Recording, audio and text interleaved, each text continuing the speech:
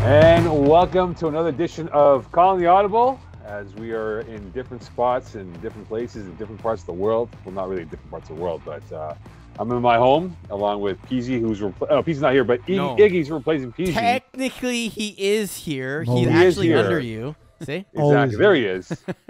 There he is, the future Pittsburgh Pirates. Paulo De La Rocca right there, the starting third baseman. Yeah.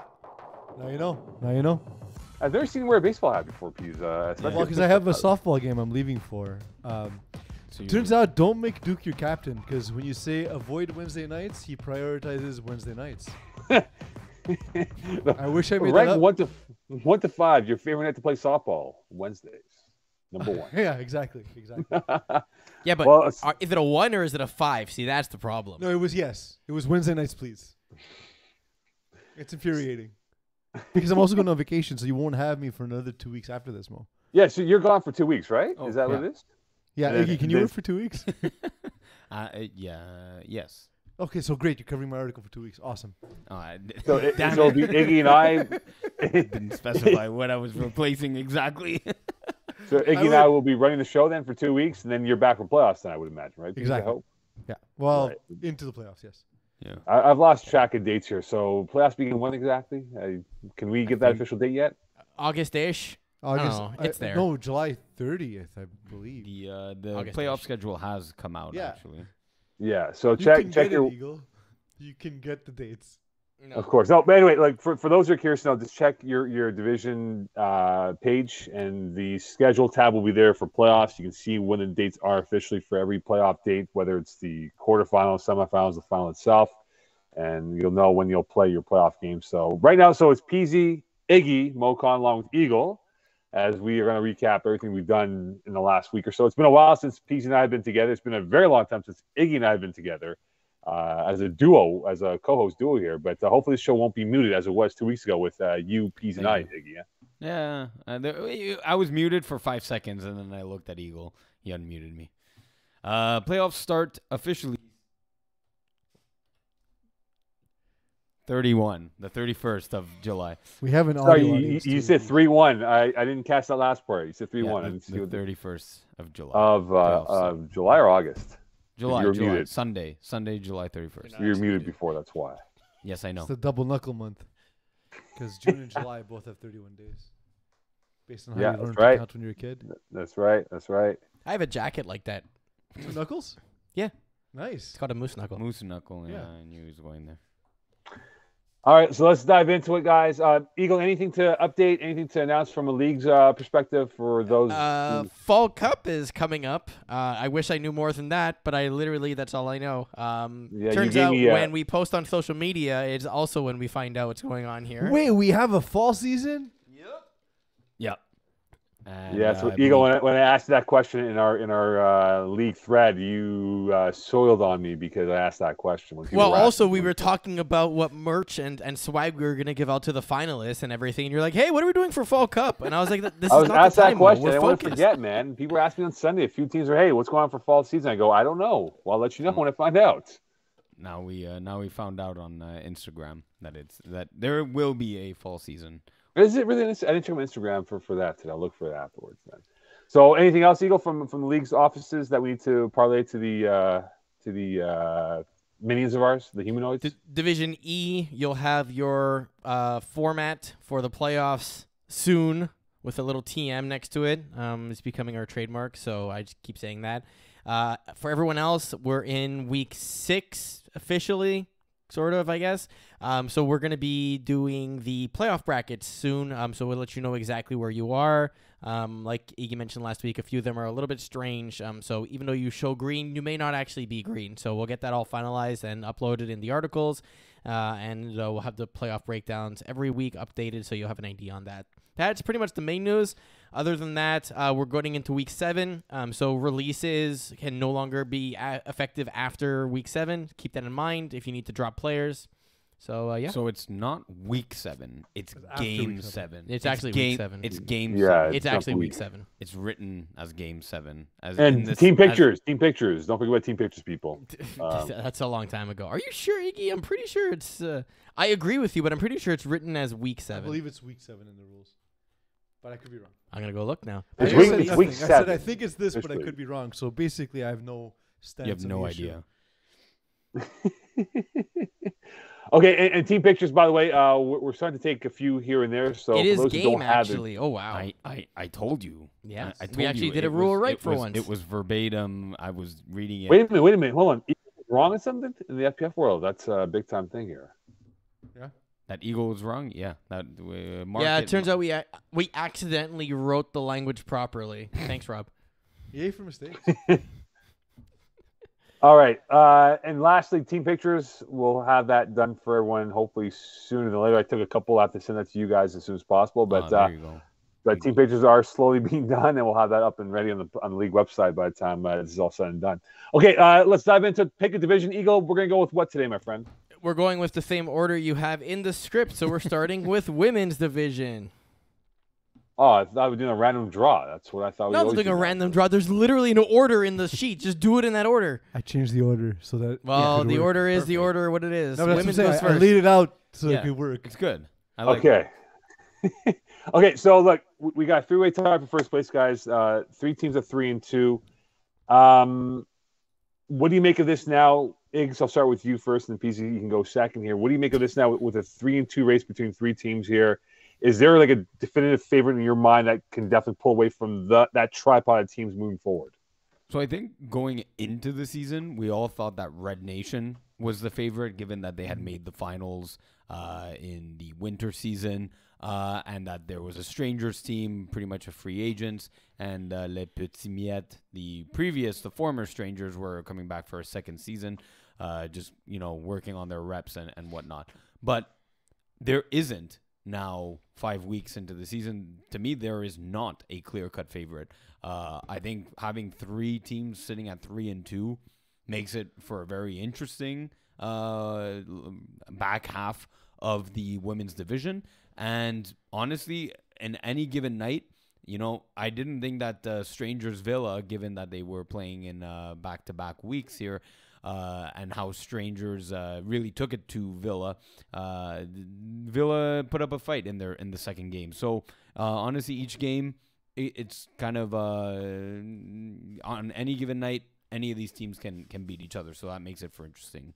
So I had a different stance coming into the season. I like Red Nation, but I thought they had some flaws, having covered them in the finals. And those flaws still seem to be present. Alison Sobel requires her defense to create turnovers to give her enough. We haven't seen enough growth from her at the quarterback position yet. So I thought there was going to be the same kind of issues. But for me, give me Strangers Things. It's that time of the year. Yeah. Sometimes, Iggy, I tell a joke specifically so you roll your eyes. Sometimes they're meant to be bad. But I got a chance to watch Strangers against Villa. They did not respect Villa's deep game at all. They sat back and allowed short passes to be completed, often to Kea Allen Beckles. And she's great. She's fast. She's great in the open field, but they collapsed in on her. They knew that that's all Villa had going for her. Olivia Stewart took the snaps for Villa.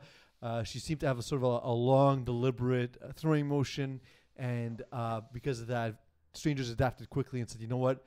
We're not covering anything past 10 yards, and they'll force throws over their heads." They did a great job, so I was really impressed by how they managed that game. And I think in this kind of division, it's not just your top end talent; it's how well you manage game situations. I was really impressed by how well Strangers did in that situation. That's how you Pete, deliver a take, Iggy. That's the way to do it here. You hammer it down. I think. Look, I spoke about this before. I don't know if Villa has a quarterback on that roster to even compete with the 3 teams here. But when you look at Strangers and how they're built up, and yes, they played the back-to-back weeks here, and there's a little bit of no love lost with those 2 teams because of how the first game went with the trash talking from Gino DeFazio, the head coach of Villa, with a couple of the players from that roster from the Strangers. I just think that there's something about Strangers that really kind of catches my eye. I like their offense. It's a very dynamic offense that this quarterback that they have throwing for them in terms of where they are with Jade McHugh-Thibault. She has a good arm, guys. It's a lot of her throws. She throws with great confidence. She's not afraid of holding it back. She will launch and throw no matter who's out there. If it's double team, triple team, whatever it is. And I like how they've been built. And like Ike and I spoke about this, I think a week ago in Loyola during the scorekeeping shift. There's some good players on that defense that play well, and I think they match up well with Red Nation. And you brought up a good point, piece about Alison Sobel as a quarterback, where she's dependent on her defense to play well, which they have. But if they get to that matchup with Strangers, I just think that right now the Strangers are a better team of chemistry on both sides of the football than what Red Nation has right now moving forward. Agreed. Yeah. Yes. I mean, and then there's the other team we're not talking about, Les Petits Miettes. They might have, and Mo, you might disagree, but I think they might have the better quarterback in the division in Morgan Cosimano Valois. Like I mentioned, she has the now pedigree and the experience of playing 8 or 10 games. I believe it was 8 last year in the women's division. She's bringing that experience over now to the spring season and has 14 touchdowns in 6 games. Not blowing teams away, but it's better than the average in the women's division, average quarterback play, and a pick a game.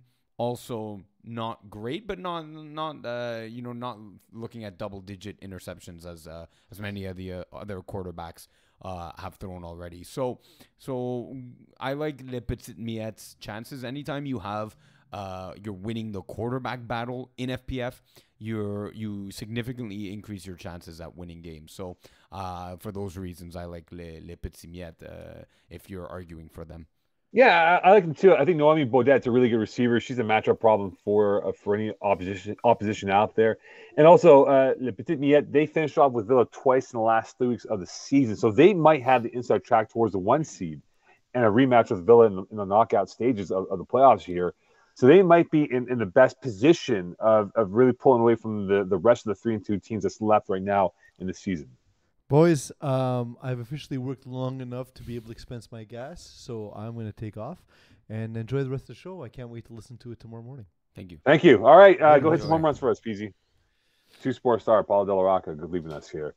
So, the thing that I'm curious about, though, as we move towards the final 3 weeks of the women's season, is Pease brought up the point that Red Nation made the finals, and you brought the point as well in the winter season. I'm not saying that there's pressure on them, but I just wonder now for them, can they put it together again and get back to the finals and win it? Because, as I said before, I'm not convinced by them right now moving towards these final few weeks of the season. They'll have to play mistake-free football from Alison Sobel. But do you trust her in that, though? I don't. I don't. What I trust less is moving the ball efficiently, crossing the half. Crossing the half is huge in the women's division because it's about 15 or 20 yards to get the first down, essentially, and it's more than the usual 10 yards to gain a first. That's where I see the bigger struggle. So I trust her, maybe, let's say, protecting the football, but not necessarily advancing the field. That's my biggest worry. I think her hiccup is her glitch as a quarterback in this league, Eggs, is that it's the, and you're a quarterback too, and you understand what I'm going to say. It's how you throw that football. Do you throw it with touch? Do you throw it with zip? And I don't think she's figured that out yet fully to comprehend, hey, listen, if I have someone in the flats in a man-to-man look or in a zone look here, I got to throw it in this particular way.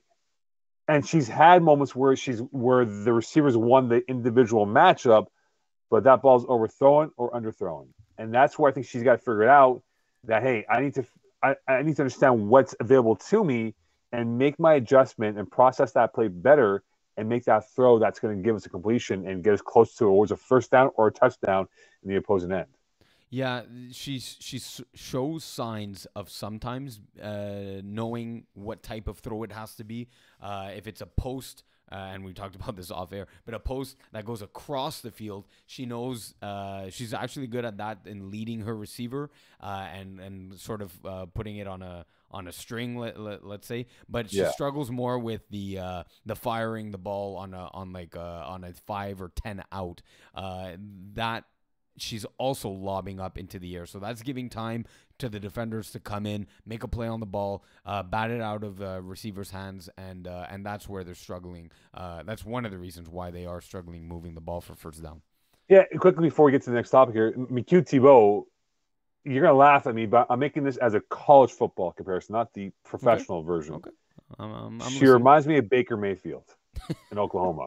I'm not saying that. I'm not saying she's the Cleveland, not the Cleveland Brown Carolina Panther version. I'm talking about the Oklahoma Sooner version. Okay. She's got this confidence and arrogance about her that you're not gonna get into her head. Like she's the type of person that will give it back to you.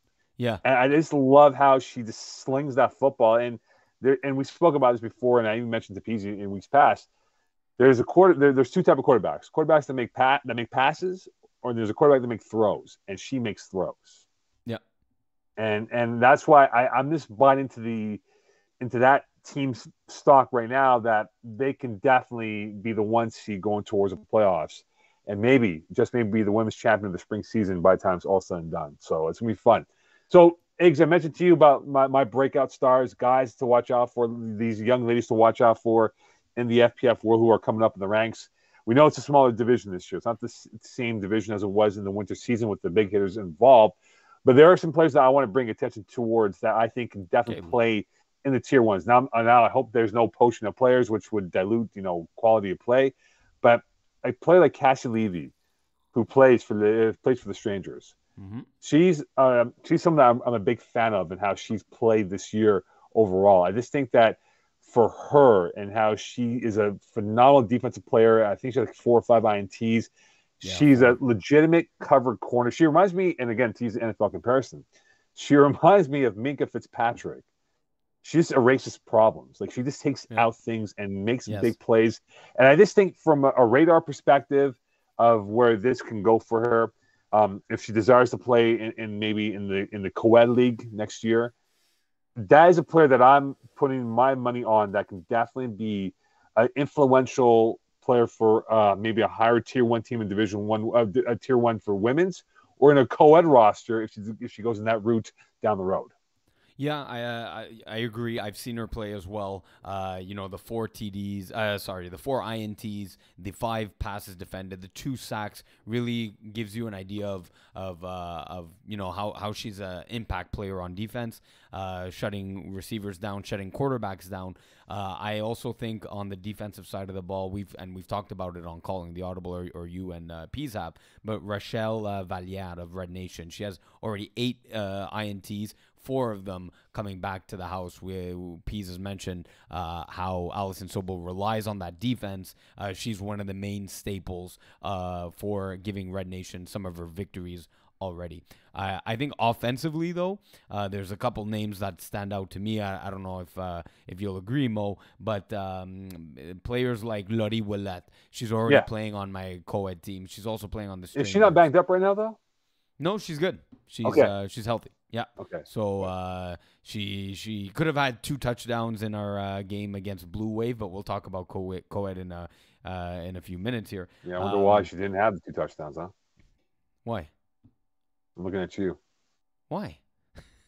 Anyway. No, I'll explain in co-ed, but she dropped one, and she caught the ball. I'll explain in 2 seconds. She caught the ball all alone on a hook and go, and she's on the goal line. It drops in her arms. I looked at Tara to say, "For one, please," because I'm like, guaranteed this is a touchdown. And then I look back, and I just see her flat on the face, her face on the ground, and the ball just kind of dribbling away. And Marvin, that's what you call the football gods coming at you for asking for one before the touchdown happened. I didn't ask for it. This is what you call egotistical as finance right now. You become a big-headed quarterback. Like I just went to look at Tara, and when I looked back, because I saw Tara still looking, I looked back and I saw her just flat faced. You're exactly like Tony Romo was in 2006. Yeah, I didn't like Tony Romo as a player. Better analyst. Yeah, we'll start calling it Iggy Romo. Okay. So you got Valère, who I agree with you is phenomenal. I think she would be a huge addition for any team in Tier 1, or if not for co-ed. Gigi Cabilo Abante, who I know very well, who was a former basketball player at McGill University, Momo. She is a national champion at the university and stage up level as well. Her transition towards football has been seamless on offense. You look at her numbers this year, I believe she's over 300 yards, I think 2 or 3 touchdowns. Only women's receiver with 300 yards. So yeah, right, and I think over 30 catches as well. I think she would definitely be a huge asset for any team out there to look at for maybe co-ed or even for women's tier one if she decides to pursue that route. So I'm a big fan of Camila Bonte, and I might be biased towards that, but again, I just think that basketball players going to this level of football is never an easy transition, but she's done a remarkable job for where she is. Yeah, and quickly on her, she actually made the All-Star team, which I was there for as well. She ended up being on a team with myself and Tam Villadeth. Tam can whip that ball in there, and she was grabbing them on slants and back of the end zones, and she impressed me. Like I had seen her play throughout the season, but to see her play with a higher level caliber of FPF talent, she didn't miss a beat. All right, on to Division E, Iggs, as we get towards that. And there's some compelling storylines in Div that I've realized that more and more of these teams actually pay attention to this podcast. I have no reason why they do. Like, I don't know why they do, but they do. Uh-huh. And they tell us, hey, great job. You're interesting. You don't. Yeah. It's okay. You don't have to talk you down to yourself. Yeah. People like you. You're good at your job, Mo. People go, hey, great job. I go, I'm not peasy, though. Yeah, they know. They don't, that was a winter thing where they confused the two of you. They did, yeah, and I confused them by saying I'm peasy. They're like, what? Yeah. Are you sure? I'm like, yeah, I'm peasy, guys. I'm peasy, guys. It was a winter thing, though. Exactly. So Le Petit Carotte, man, I'm telling you, they're good, man. They're fun. They're 7-1, right? And did they send a message to the Division E body with their win over Minka FT, who've had an easy schedule, that they are the team to beat in this division, Iggs? I think so. At least if not the division, at least Conference A. I may have mentioned it, but quickly, I played them in week 1. And week 1, you don't really know, teams going in. And I'm like, okay, well, I have the FPF experience. I'm like, I'll use that to my advantage. And I quickly realized, and a lot of Division E, the spacing and the defense will give up the 2-3 yards and not play aggressive. And I immediately noticed that this was not one of those teams. They were playing tight in the shorts and the flats and playing even aggressively on the deep as well. So like already from first few plays, I could tell I was dealing with an experienced football team. If I believe they're some of your old Cavalier players. Either they are current players or they're not my Cavalier guys. This must be for I being part of the Cavalier broadcast team over here. But yeah, so they either came out of that program or are currently in it. I'm not sure their age. But yeah, they showed me in game 1 that this was a team to be reckoned with. And I think, look, Minky FT is a good team. It's a nice Division E team. They were 6-1 going in. I believe both teams were 6-1 going in, 35-12. They really put it to Minkia. Just Xavier Bro, this guy's uncoverable. This guy's one of the top division, leading the division, in like yards and touchdowns. This guy is a matchup problem for anyone and was a matchup problem for Minkia. So Jason Reyes sends me a DM on Facebook. Ooh. What do you say? Oh, you're looking Stop sleeping on us. Okay. So it warranted a segment here on Calling the Audible. Okay. Yeah, and I was going to say, I didn't sleep on you guys. I sleep in my own bed. I was going to say that to him and see what he would say to that. But, okay, so, look, they've done it different ways when you think about it, right? I mean, they've blown out teams. They've won the close games. The Big Fat Bats game, they won very close, I think, by 1. Yeah. What I'm intrigued by is that, again, when you look at their side of the bracket for how they built up, they have 2 more games left. I think they should be your 1 seed. I'm going to give them the 1 seed here because Minka FT can't catch them by virtue of the tiebreaker in favor of the Petite Carotte. But I just think that if there was a team that could give them problems, I'm not saying they can beat them. Yep. It could be Penetrators. It could be them. That's the game this week. Exactly. Yeah, that's right. And that's why I just think, guys, when you think about the Penetrators and how they're built up here, this might be on this side of the bracket, at least for now, before we find out how the playoff format will work.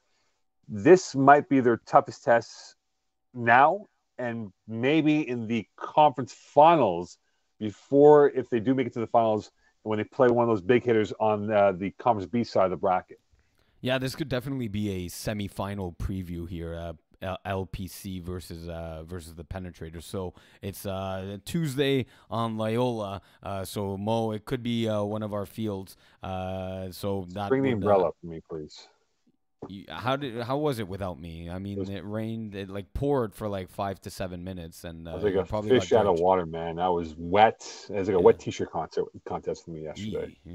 With you and Alex Blay. Yeah, I don't know. Alex Blay, pretty boy Blay over there. Seen prettier things.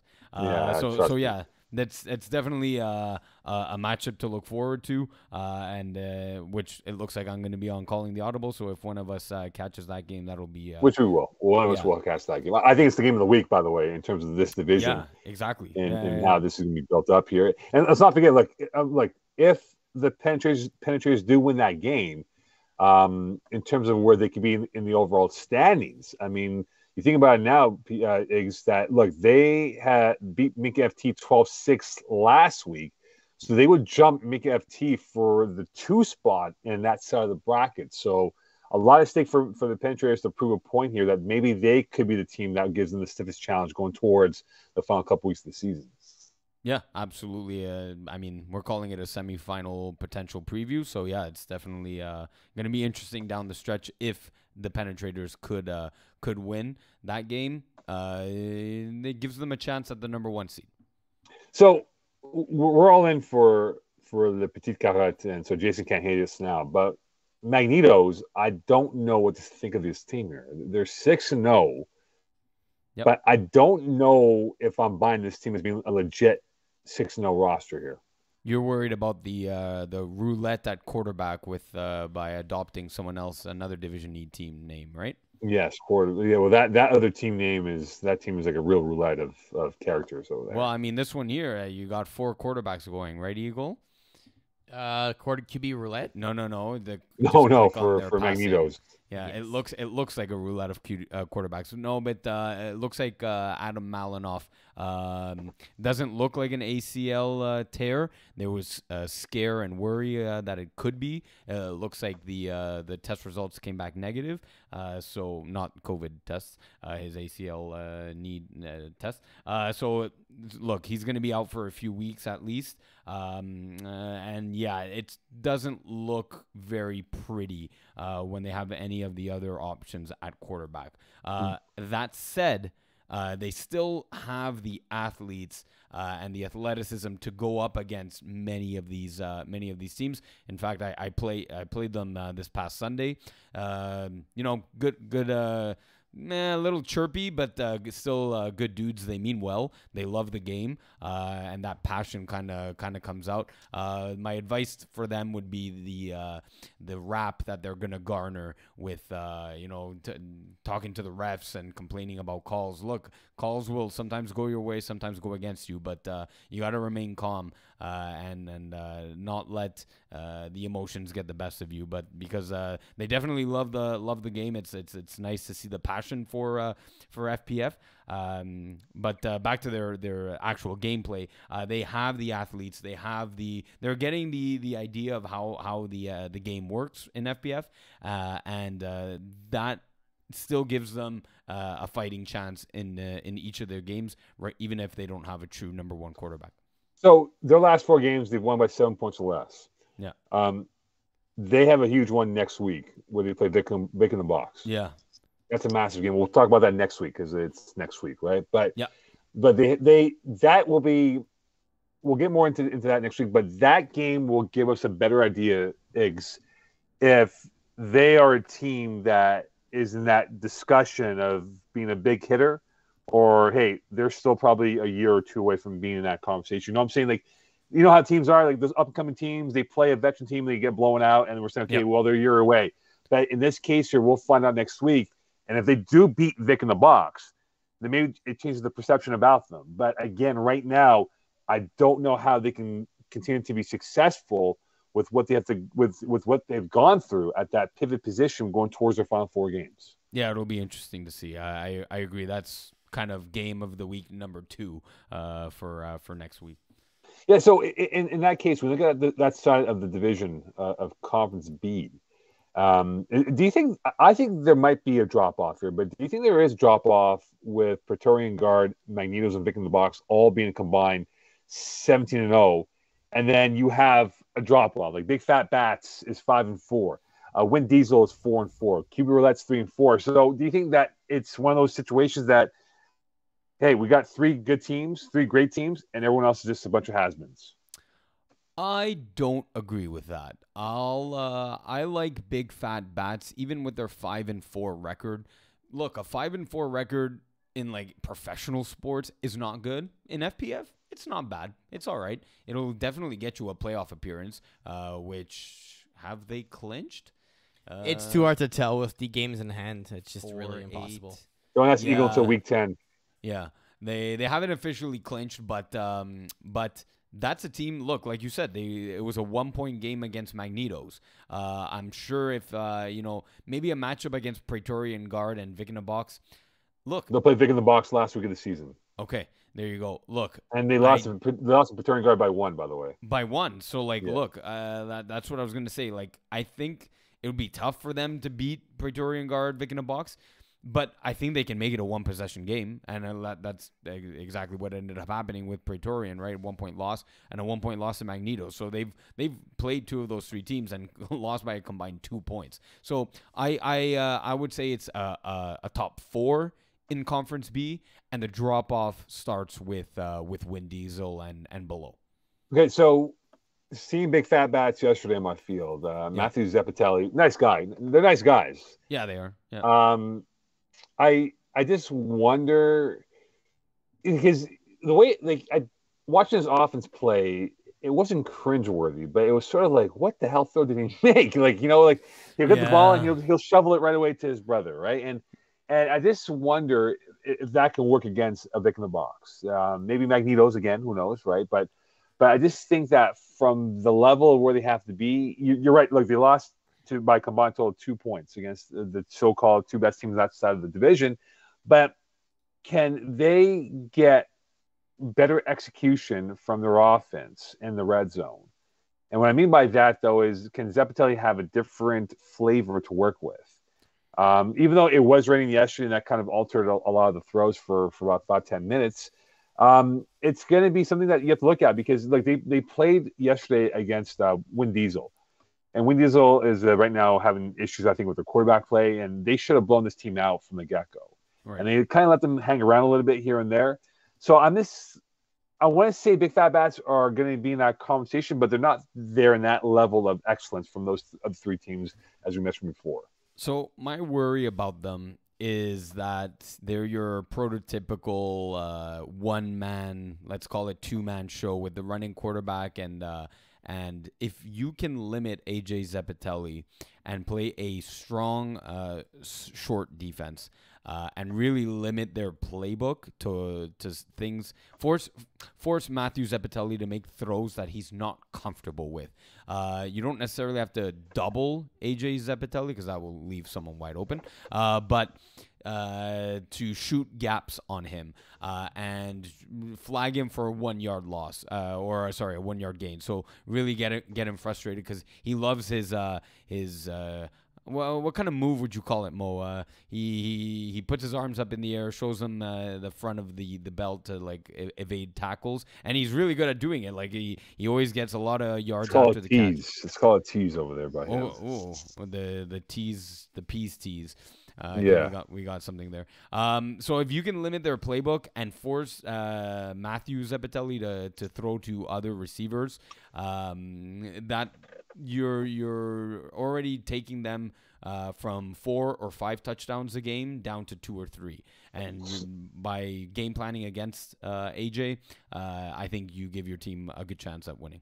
So, Eagle, if you can help me make sure I have this last name pronounced properly for Big Fat Bass number 10, Luca, is it Lecce or Lecce? How do you see his last name? Lecce, milk.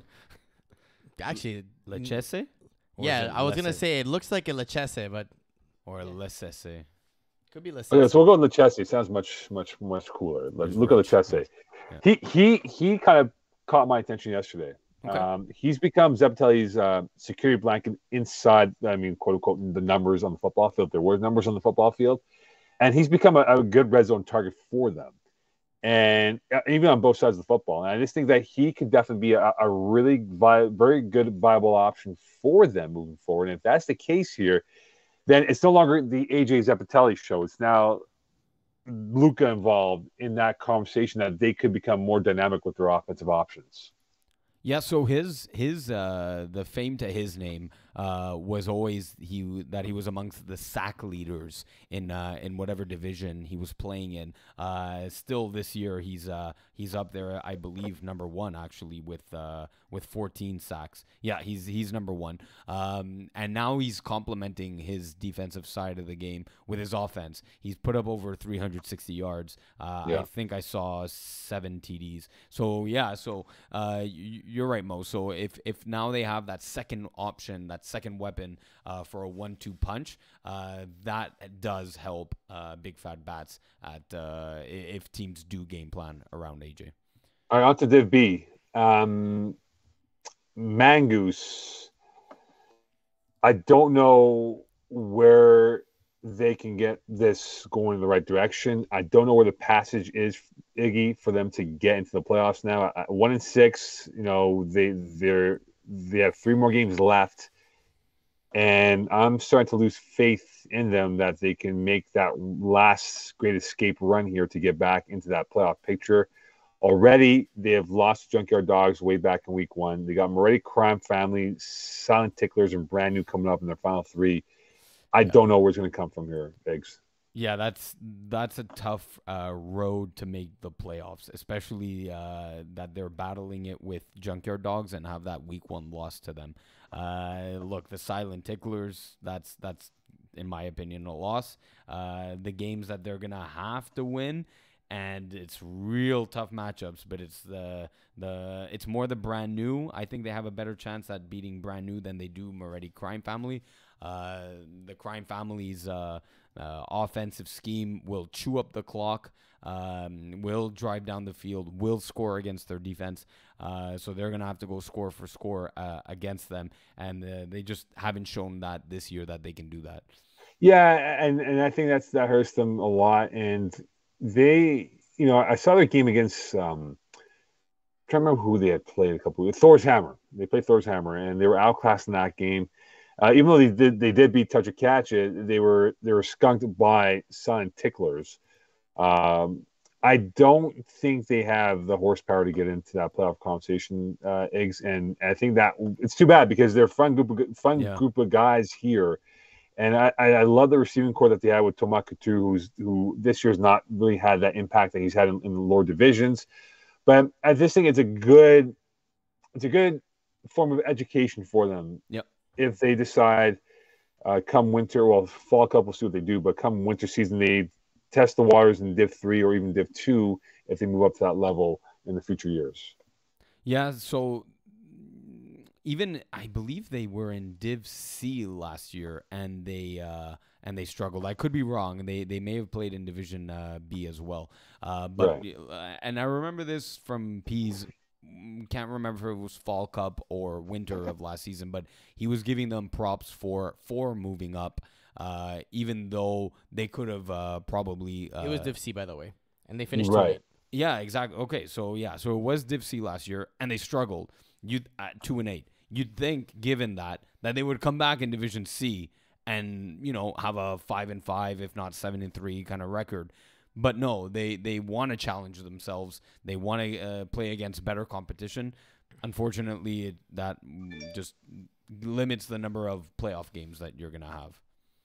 Yeah, and I think they're just going to run the racetrack. I don't think they jump Junkyard Dogs. And I think Touch a Catcher will get in there, and it brings it to my next point here with Moretti Crime Family. And you look at Touch a Catch It. Who do you have more faith in right now going into the final, 4 games, 3 games, whatever games is left for these teams here, that they can be a playoff competitor in Moretti Crime Family or Touch a Catch It? I prefer the Moretti Crime Family. I like the Joey Taylor offense. I find it's high octane. It's incredibly frustrating, incredibly difficult to stop. over touch it, catch it's offense. Fred Mayet's hasn't had the best season so far, so I have a bit more confidence in Joey Taylor. And then like I was saying in the women's division, right? FPF, if you have an advantage at quarterback, you're giving yourself a significant advantage in FPF games to win.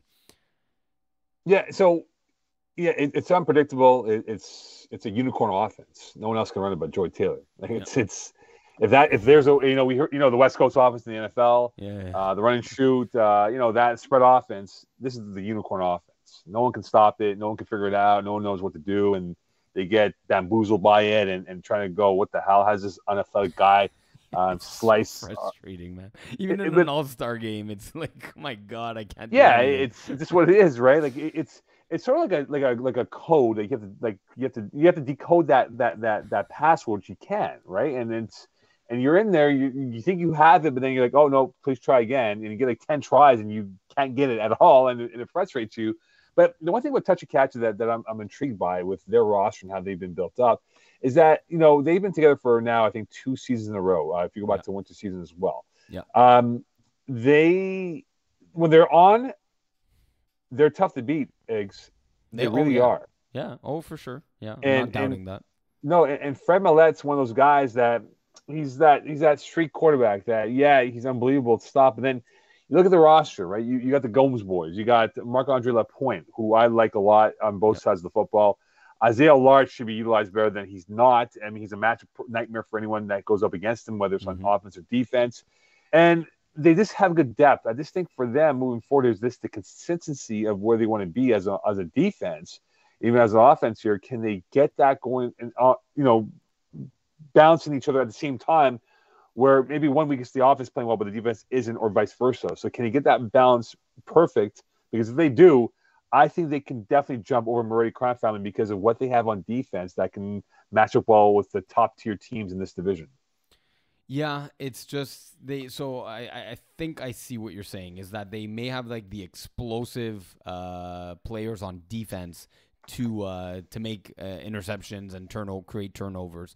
Yeah. My worry though is look at the Fred Mallette stats: 17 TDs to 7 INTs. That's a really bad ratio.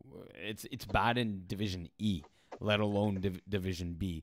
And then my second thing with them, and I'm thinking about this, and Mo, help me, help me process this. Isaiah Allard. I'm not sure. I think he's taken a step back. I'm not sure if he's holding. I'm not sure if he's holding. I'm not sure if he's holding himself back for the playoffs. But at least and look, it was a co-ed game, so I don't know if he takes the co-ed less seriously. But I don't know. I'm not seeing the same impact from Isaiah Allard that I had seen a few seasons ago. I don't know what you have to say about that. Oh boy! Shots fired. And I'm just shots fired. Look, he fired. He has all the talent in the world. I don't know if it's quarterbacks not utilizing him correctly. I don't know what it is. The latter. I think it's the latter than the former. Yeah. I think it's Fred Millette not figuring out how to use him as, say, Dan Lazaro would in Division I and Division A.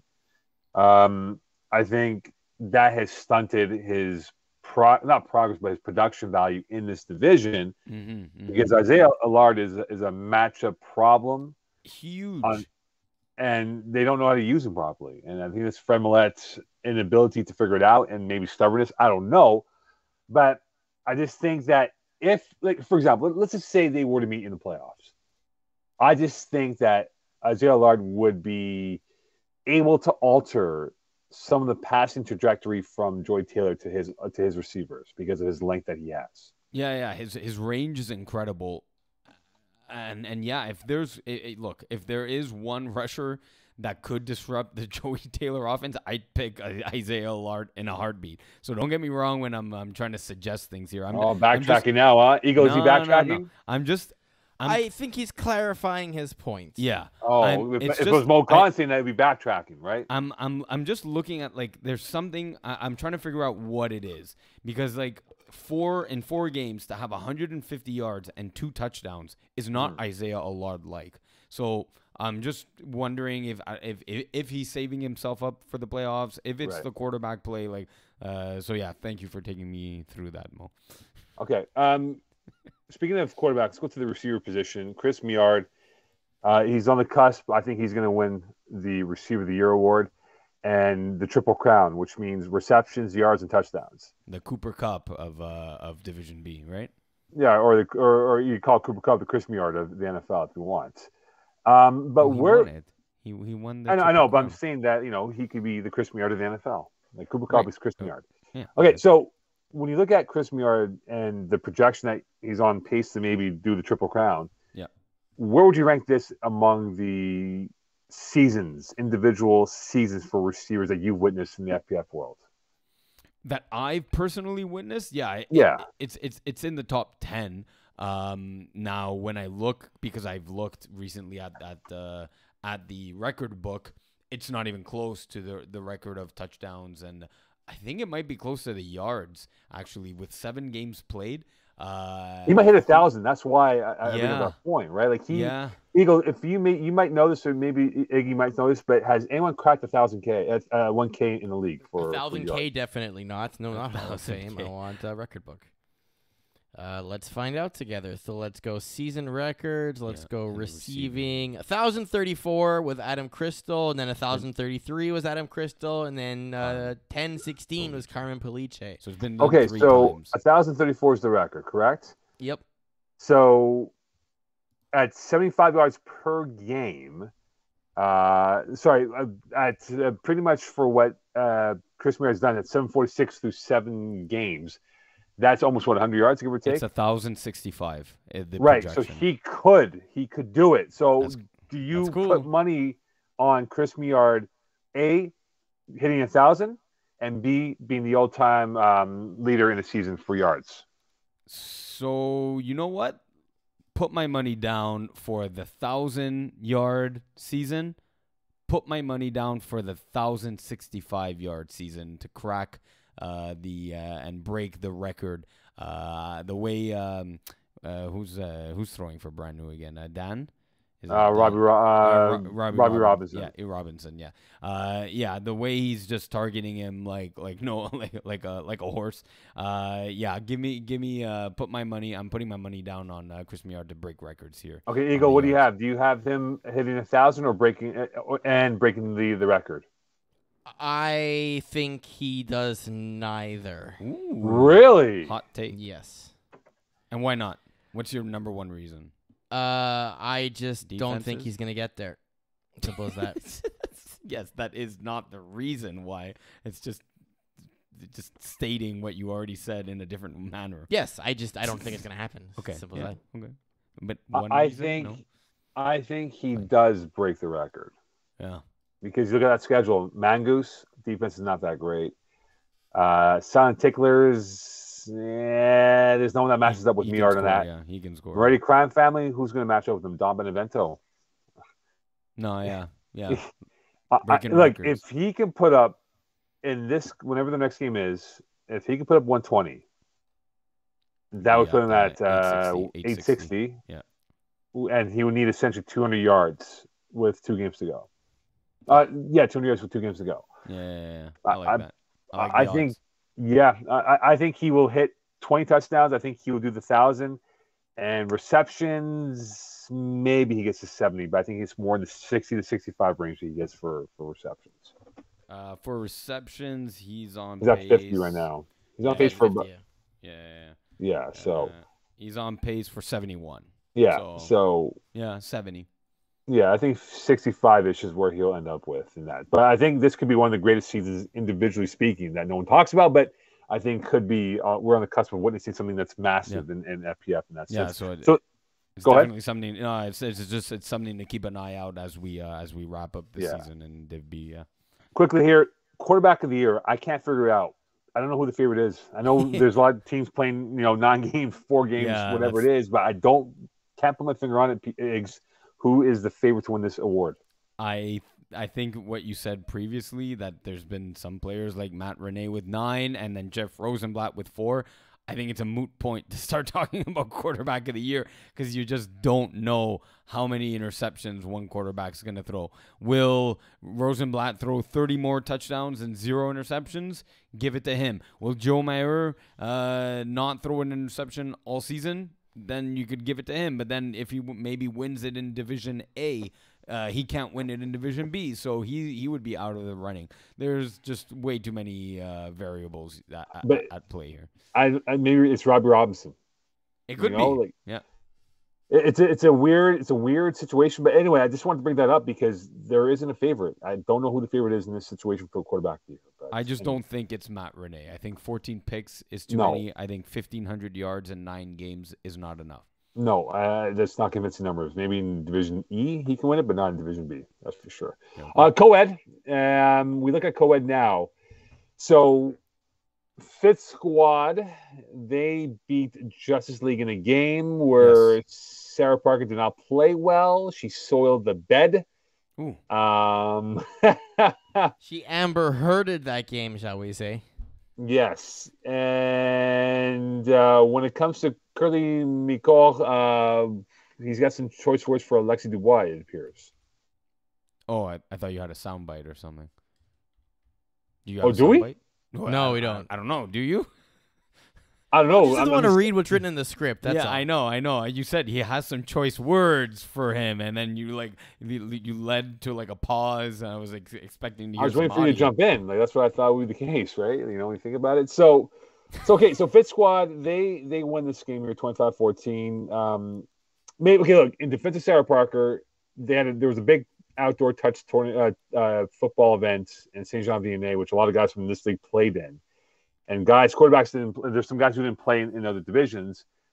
Could we attribute that on why she had a bad game or a poor game on Sunday? So this was, I'll correct you, Mo, because this was a Monday game. She played. Yeah, but still. No. It's like sore. But people still carried over, though. There's guys who didn't play. Like guys who played in that tournament didn't play Sunday or Monday, though. Or if they didn't play well, though. A lot of guys were zapped out by this tournament. I understand. My point is, this game was on Monday. She played a game on Sunday and won 33-13. So no, the answer is no. No. I'm gonna no. A 1 hour FPF game plus the tournament. Like if she was gonna have a bad game in this one on Monday night, she would have also had a bad one on Sunday night, the same day as the tournament concluded, or I don't know if it ended on Saturday evening or Sunday morning. So no, I won't blame. Let's not give her room to wiggle out of this one. She plainly said, right? She played like poop. Was the quote she gave you. So no, I'm not going to blame it on that. Alex Laroche said the same thing. He said from her, not just her, like just flat out everyone. No one really played a good game against Fit Squad. He was too angry to talk about it. He said, I don't want to talk about it. Let's play my next game. Yeah, that's what I have to say about that. All right, so when you look at it now, for Fit Squad and for how this game played out for them. They win this game. They kind of move up and keep their hopes alive for maybe 4. I don't think they get it without Kismailov kind of in that position here. So for Justice League, did they blow a chance to keep their hopes for the number 1 seed alive? Yes, that's the more interesting point here. So Justice League could have gone and tied Easy Fun at 5-2 atop the standings, and I believe they have the tiebreaker on them. Eagle, yes, no, checking. Yeah. So it is a tough loss. Who else would they have? I believe they've beaten Petit-Fuck. It was a couple weeks back on Sunday night. I think, man. Well, I mean, look, everyone makes the playoffs here, and I don't believe the number 1 seed gets a bye. No, they have to. Yes, 1 and 2 do. 1 and 2. Yeah. Yes. So get a bye. Look, it's not the end of the world. They still have a chance at getting one of the buys. I think it's a bigger win for Fit Squad to end up not end up playing the quote unquote number 1 seed, which will be the number 3 seed in the first round of the playoffs. I think it's also a confidence booster fit squad to Yeah. know that they can beat the upper echelon teams. Like, yes, okay, maybe Justice League didn't play well necessarily, but that means you can exactly any given Sunday, Monday, Tuesday, Thursday. I don't know games the nights they play, but you get the idea. Jeremy White, what's wrong with him? Iggs.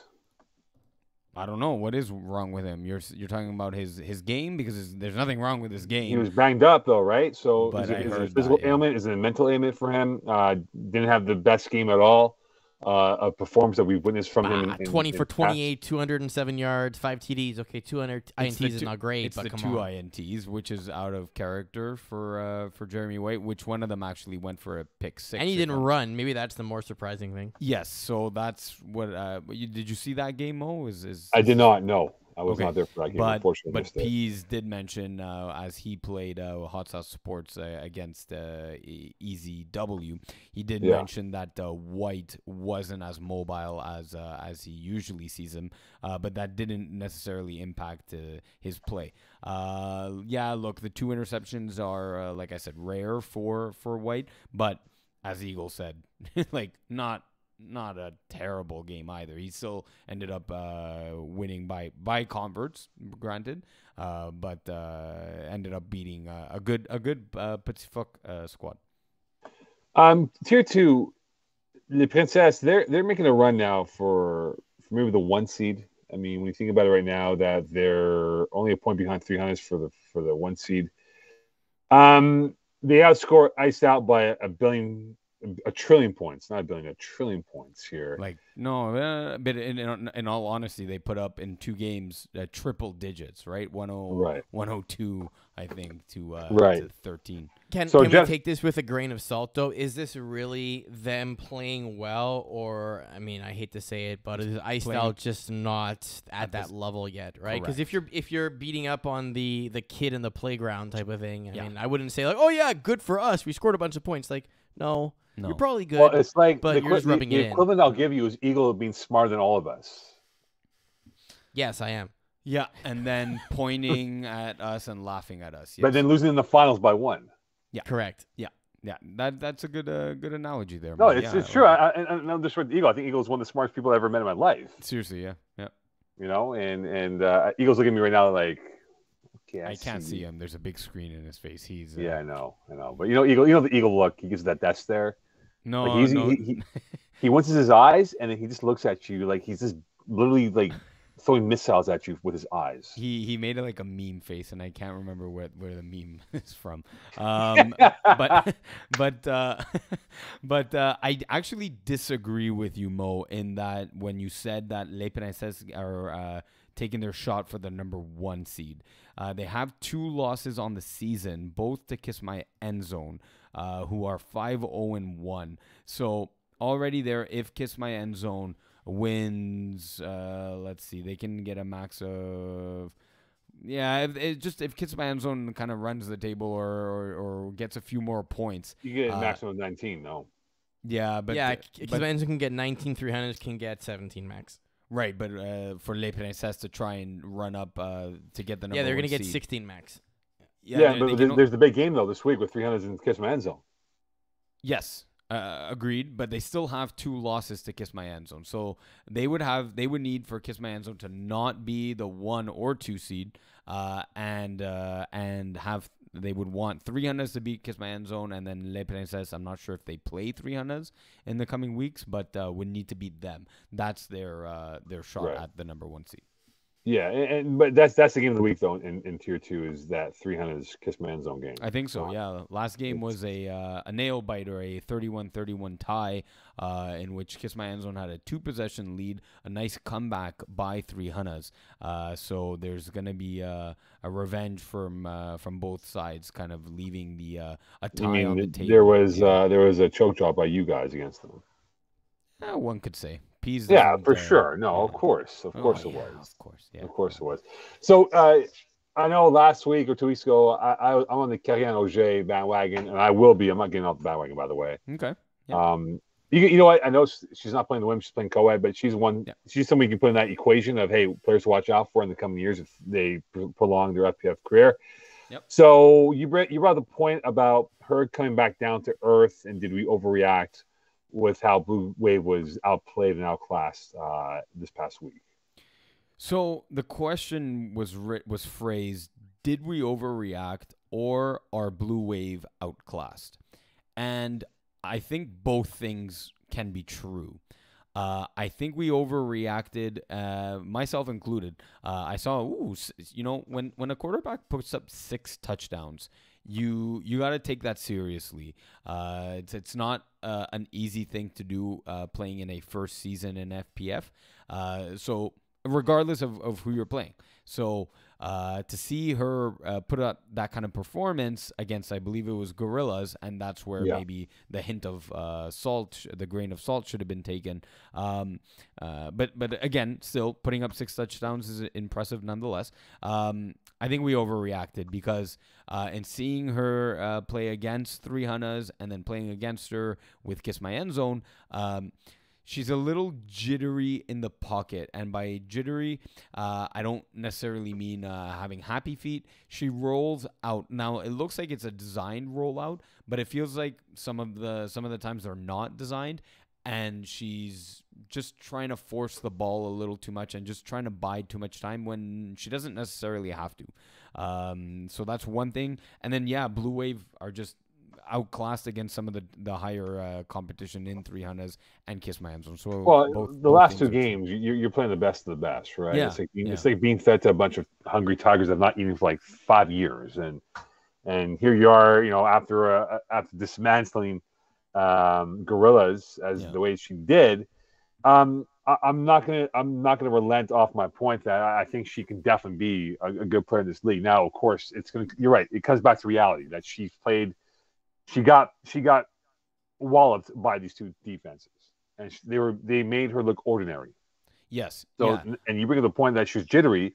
So now for her moving forward, and Eagle, you can chime in as well because you being a defensive savant for your play calling, she's got to now adjust her game and realize, okay, look, I got different styles of defense I'll go up against. I got to read that and kind of mentally prepare myself that look, if they're going to throw me this look, I'm going to maybe not point A, but I'm going to point B, C, or D to get that completion done.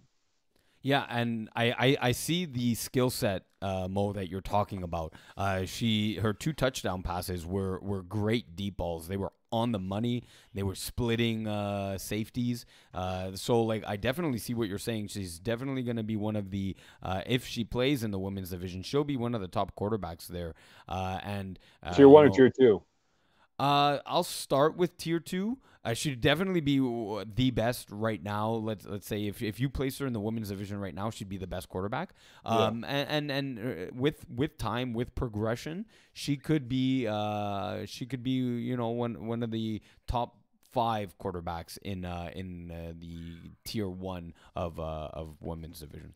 I'll just add on to that. Any QB that likes to roll is a defensive nightmare because effectively, from a defender perspective, your kind of responsibility is if you're playing man coverage, you're taking your person one-on-one, in which case then the longer that takes for the QB to release the ball, the more time they have to break away from you, so harder to cover. If you're playing zone coverage, your first instinct is to pick up the closest person coming into your spot and release them into another place, but then you're just releasing and trying to pick up the next person while everyone's scrambling around, and it's just scramble plays. And usually, more often than not, a receiver is just going to find an open hole, and then it's just a matter of OJ finding that particular person in the middle. So what you kind of have to do is create very tight windows for the rolling plays where if the timing isn't right or if the throw is off of the wrong foot in movement, if you can get someone in that window, then she has to tuck it a little bit longer and hopefully buy your rusher a little bit of time to put some more pressure and force a bad throw. But then they adjust to that, and then they start throwing crossbody potentially because you're leaving zones open. It's a back and forth chess game as they start adapting to your defense, and you have to start adapting back to how they're doing their offensive plays. Right. On to Division C, gentlemen, and we talk about top season. We talk about quarterbacks, right? We'll carry that over now to the top season. They don't have Mr. McGrath at quarterback for them for now because of his upper body injury. They went to Quasi Gordon Mall and they lost their game on Sunday. Yeah. So Iggy, how much does that hurt them in the long term view where they finish in the playoff standings of Division C, going towards the final few weeks of the year? And maybe just relevant on this topic here. So their next game is July 21st, so they have over a week until their next one, Right. which is a little bit of recovery time. And then even after that game, their next one is the week after that. So there's essentially only one game in the next 2 weeks for this team. Right, and we're referring to Sean McGrath, who has an upper body injury, and he even mentioned to me briefly that he would take a week or two off. So in that sense, though, does that loss hurt them though, Iggy? To that they could have been controlling their fate for one, but now are in the two hole moving towards the final few games of the season. Well, not really, because EZW might just go 10-0. They are the class of the division. P's, from his comments of his game, he's like, yeah, Jeremy White's just on another level right now. He's just seeing the way he's seeing the field, the way he's making it look easy against these Division C defenses. So top season couldn't grab, in my opinion, the number one seed. Child's play, exactly. Look, they're still holding on to the number 2 seed. Luckily, for them, Blitz Buds have a tie. So even if with the same number of games, they have more points than them. Vultures have dropped a couple. So Are you surprised by that though? The Vultures have dropped a couple. Yeah, we'll talk about. I want to give top season their due here. Yeah, we'll talk about Vultures because that's an interesting kind of storyline here as well. And look, so that's from the perspective of the standing. So yeah, the loss is not great to handle and like it's not good for your record, but I think they're okay. And given that Sean McGrath had already mentioned to the both of us that he was dealing with an upper body injury, he was still playing pretty damn well. So yeah, even at like 62%, he was better than most quarterbacks. 100%. Exactly. So I'm not too worried about the rest of their season, whether it's games against Ravens or Blitz Buds or any playoff game that they have coming down the wire. So not too worried about them. Now, if you want to talk about Vultures for a second, that's surprising. Taking a loss first to Tough Lungs and then Hot Sauce Sports. That's the two comments that I got, one from Ben himself, Ben McMahon, that is, and then the other from Alexi Dubois and they both said this, Ben in the Tough Lungs game, and of course Alexi in the Hot Sauce Sports game, they both said he looked off. Ben said it about himself. He's like, I had an off game, and Alexi said he just looked off.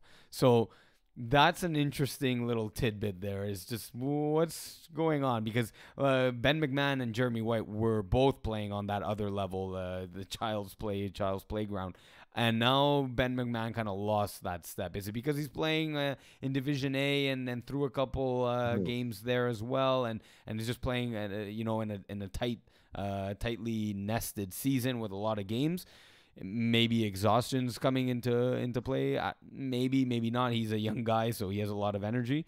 I don't know. What do you think about the two losses? So my question is it still Ben McMahon's quarterback of the year award to lose?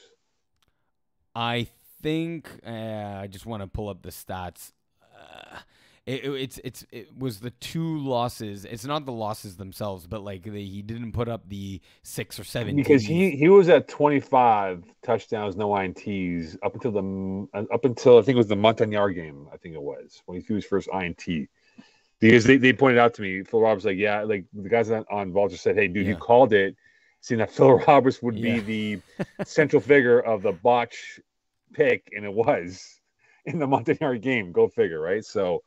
Yeah, but look, it's because Jeremy White's missed a couple games. So even though he has 6 games played, I don't know if he threw in absolutely all of them, or if. But I just know Jeremy White's gonna maybe miss on yards and TDs because of a number of games missed.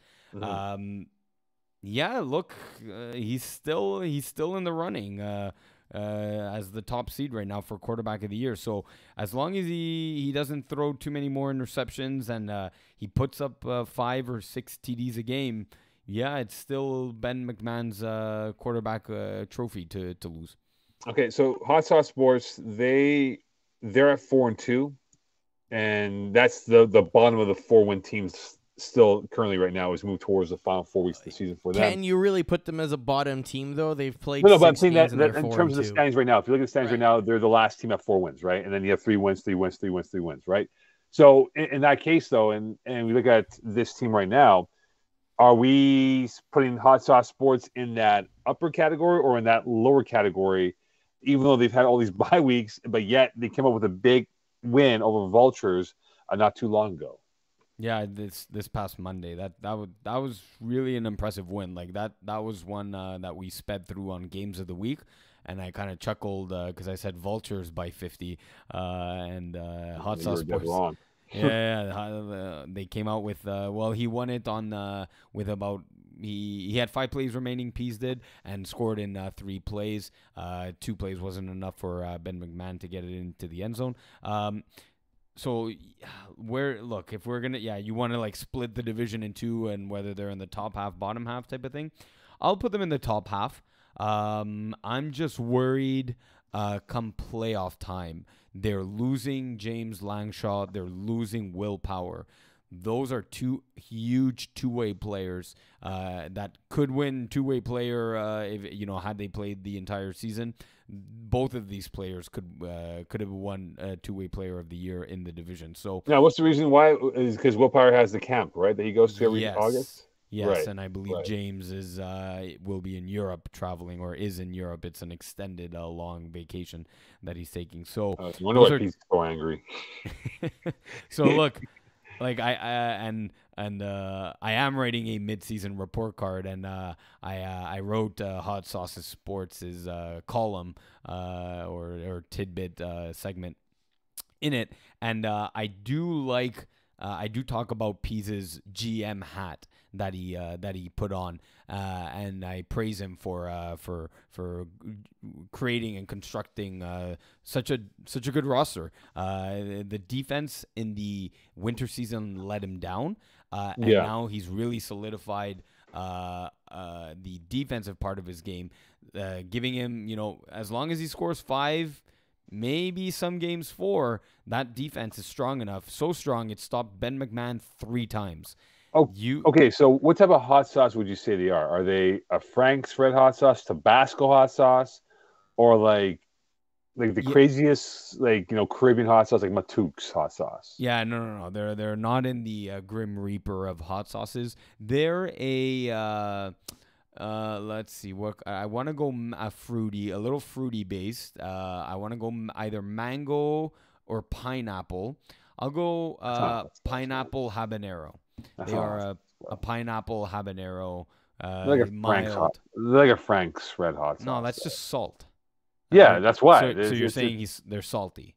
They're a little bit salty. It's you can put it on your whatever you eat it with. But it's not gonna be like a Tabasco. You put that bleep on everything. Yeah, it's not Tabasco or that's Pease's like mantra, isn't it? He puts that bleep on everything. Of course. Have you ever tried All we know is that it's not Mama Khan's hot sauce, because that stuff was weak. Are we gonna have another chutney challenge? Maybe. We'll figure it out. Figure it out. You ever tried Matuke's? Matuke's is pretty lethal. I have not. No. Matuke's is pretty good. It's a Caribbean hot sauce out there. So when we look at it now, one step closer. One step closer. Yeah. Where are we looking at them now in the teams kind of hovering around the moon towards the final weeks of the season here, Diggs? Yeah, they're an interesting team. As soon as Alex Noel went down for them, I thought that's kind of was going to be the downfall of their season. With a shoulder injury, for those who are curious to know. He had a shoulder injury, right? Collarbone. Right, collarbone. So. Yeah. He took his cast off for the first time. Oh, that's great. So, good news. Yeah. So his recovery is going well, and he feels more liberated without the cast on and the armband. Look, they have Vultures next.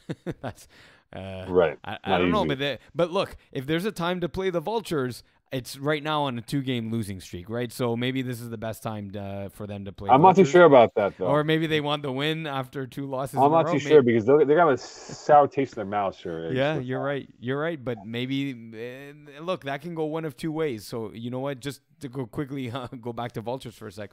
That's going to be interesting because will they use it to kind of gain momentum and turn the table, turn the season for them and look at, the 2 losses as a turning point? Or will they crumble? Will Ben McMahon try and force balls that he doesn't normally throw when things are going smoothly? That's going to be interesting for them. But back to one step closer. Look, regardless, it's a tough matchup against Vultures. Los Penetradores, I would have made this an easy win for one step closer, but Penetradores have shown that they're not just going to give up on a game, just because they're down by a score or 2. Rocco Cristiano, like you mentioned, Mo, and before the show, he's really carrying the team. He's the talent that he's surrounded, the Division E talent that he has. Is good talent. So he's helping them rise the ranks a lot more quickly in their FPF development than normal. And it's thanks to Rocco. So that too is not an easy game. And then Stoics are never an easy game. So the one step closer are going to have to play their best football if they want to, get a win or 2, because it looks like they are going to only need 1 or 2 more wins to make the playoffs. Look, they're chasing Penetradores. They're chasing. No, that's about it. The Stoics. Yeah. Well, I mean, there's 3 other teams at 6 points right now, a few of which have 8 games. Infantry only have 5, though, so they can jump that a lot. But they're also being chased by Commission, who could potentially make a run for it. Timberwolves, who could potentially make a run for it. Montagnard, which can catch up and loop them. So, again, I mean, in theory, even 2 inches gang can catch up. So, yeah. Yeah, well, that's it. The Commission have at least 2 games in hand, right, on some of the competition here. Yeah. And look, one step closer does play Penetratores next week, is it? I think 2 weeks. No, the week now? after. Next week is Vulture. So that could be that right there could be an elimination game. Whoever loses is probably out of the playoff window, right? And that's where their season will come down to moving forward here. So it's still like, again, because of the unorthodox fact that teams are playing more games than others, it's hard to gauge it. And we spoke about it ad nauseum that it's hard to gauge it because not everyone's played the same amount of games. But the Commission could be a team to watch out for, right? Because look how many close losses they've had. Maybe that reverses for them in the second half of their schedule. That maybe they win those games, and we're talking about them being a 11 or 12 seed going towards the playoffs. If that could be their path into to the knockout stages. Yeah, so we'll wrap it up for Division C here. Pease and I have talked about this, that we obviously we're not fans of the schedule, but it makes the content a lot better. It makes the content a lot more interesting for seeing the quick shifts in the division standings from one week to the next. Makes the articles fun to write, makes calling the Audible here real fun to talk about. No question. On to Division D, and we talk about this division here. Peerless Scarred, are they the best team in this Division D here? You look at this side. I've covered a lot of Division D games of scorekeeping this year. Yeah. We haven't really talked about them as much. No, we haven't. You're right. No, we haven't, because they've been kind of nestled and they've kind of gone under the radar. But now here they are at 5-1, same record as Fourth and Schlong. Maybe are they the best team in this whole Division D hemisphere? Look, they're a really good team, but I'm not ready to rank them at the top of the division. I even think Fourth and Schlong, you've sang their praises for a few weeks now. I think his name's Michael Caparelli, the quarterback for Fourth and Schlong. He's legit. He's real good. So I think Fourth and Schlong, you could put them ahead of Peerless Scarred. I'm not ready to put, although I like them, Killer Rays at 7-1. I'm not ready to put them ahead of Peerless Scarred. I like Jared Buck's experience at quarterback. Danny Demore, one of the more tenured players in FPF in Division D. He's made us come back into FPF with a bang. Just Michael Timmis, reliable snapper, Médéric Lozon, that family tree of Praetorian Guard, Peerless Guard is one to be reckoned with. But teams like Fourth and Schlong, teams like I'll put Kiss My Vultures there. Bandits is another team that we're not talking about enough on Calling the Audible. I played them recently. They whitewashed Glory Boys. I hate their uniforms though. Bandits for scorekeeping. You look at my reaction. That's how I feel about the uniforms. Yeah. You said that in the winter season as well, that they have like the worst. Like, why do you have black on black numbers, man? Yeah, like, get proper numbers, dude. But jerseys aside, their play is dynamic. Their defense is it's I don't know if suspect is the right word, but like, you can drive the field, but they do have athletes on the defensive side of the ball. Their rusher is one of the better rushers in the division. So look, like, I'm not ready to put Peerless Guard at the top, but they're in the mix. They're in the top 5, top 6 teams in the division. Yeah, I think just a quick thing on that. Fortune's Long actually play Peerless Guard this upcoming Tuesday. Oh, that's right. We're in Loyola, no? Something like that, yeah. Tuesday, only at Loyola. So that's come on, Laval won. Wait, Laval? No, Loyola. Yeah. Sorry, Loyola 3. So it looks like Loyola 3 has that other matchup we were talking about in Division Giddy up! E. That's where Mocom will be. All right, awesome. So yeah, Fortune's Long, Peerless Guard. That could be a second round or third round playoff matchup preview here. Yeah, I think Trap Stars are starting to fall behind now. Yeah. They've been banged up by an injury bug. They have to end their game at halftime on Sunday, and so they might have run their course. But I think Peerless Guard can definitely compete with Fourth and Schlong. We'll find out next week. I think that in the overall landscape of this division, I'd go Fourth and Schlong, Kiss My Vulture with that win over Glory Boys. Killer Rays are in there, but something's missing from this Killer Rays team. I find that maybe we'll talk about it next week, but I'll make a quick point here before we get to the next one.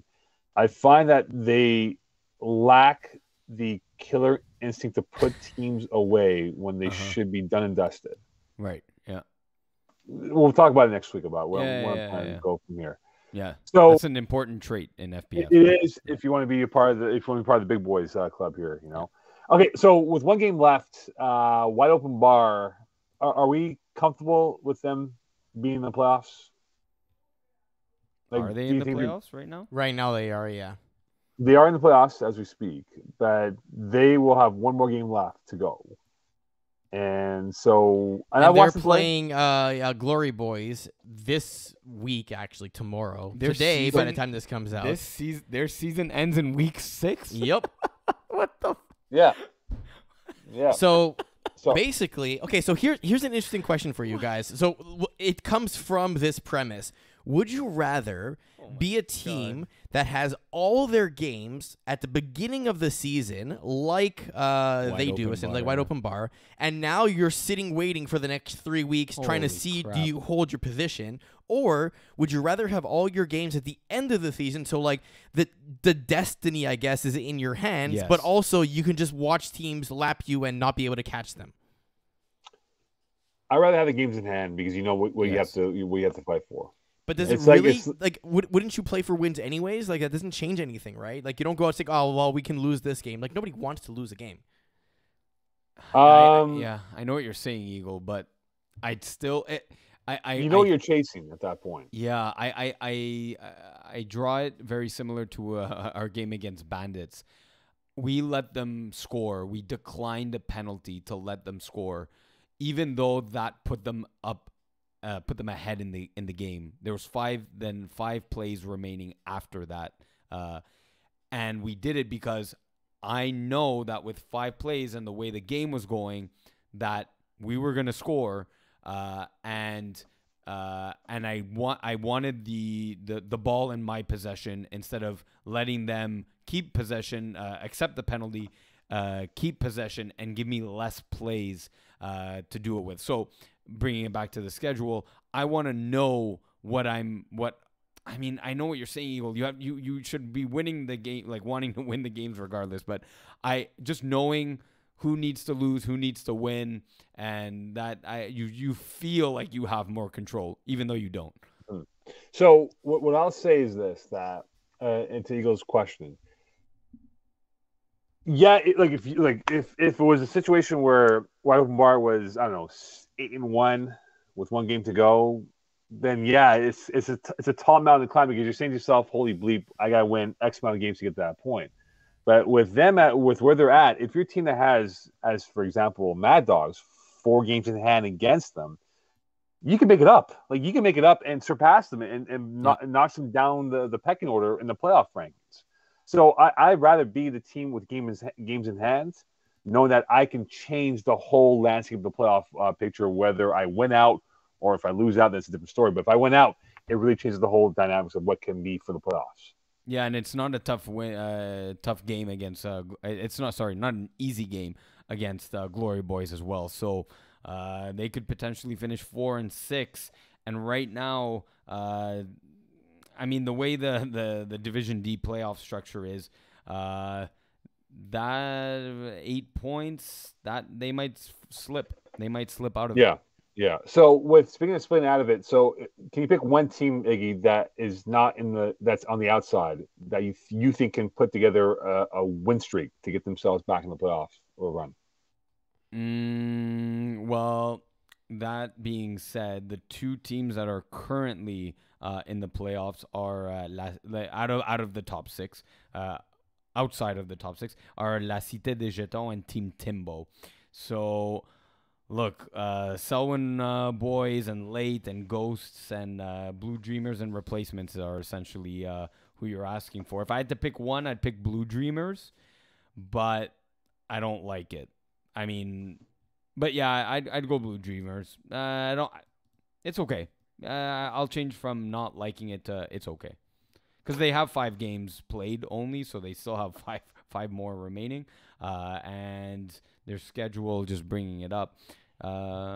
It's against Replacements, so there's a win. Big Dracos, new team. Killer Rays, okay, maybe a loss. Peerless Guard, maybe a loss. And former All-Stars, 50-50. So, yeah, I could see 2 or 3 wins for them in the remaining schedule. So, I can see a run coming out of them, and maybe they can surprise Killer Rays. They surprised Glory Boys and beat them. So, yeah, give me Blue Dreamers. I'm going to say Team Timbo. They are in the playoffs. Are they? Because I'm looking at the schedule now. They're not in the playoffs. They're in the playoffs. Yeah, which one? 7 points. Yeah. Which one are you looking at for playoff standings here? So it's top 20 teams. So it's a little bit weird, basically. So Mo, it's very simple. Top 6 in each conference make it. That's right. Yeah. And then it's the next 2 best teams. Okay. The next 2 best teams have 7 points. Right, my bad. I apologize for that. Yeah, okay, no. I know. That. I know. That's why we wanted the graphic up last week and for this week, and we'll do it next week. So I think L8 has tangibles to do it, but they just don't have the Wade Williams is a quarterback. I've known Wade for many years. He's a good guy, great guy. But not having Shane Williams, his brother, in there hurts. Like, he was banged up, I think, midway through the season.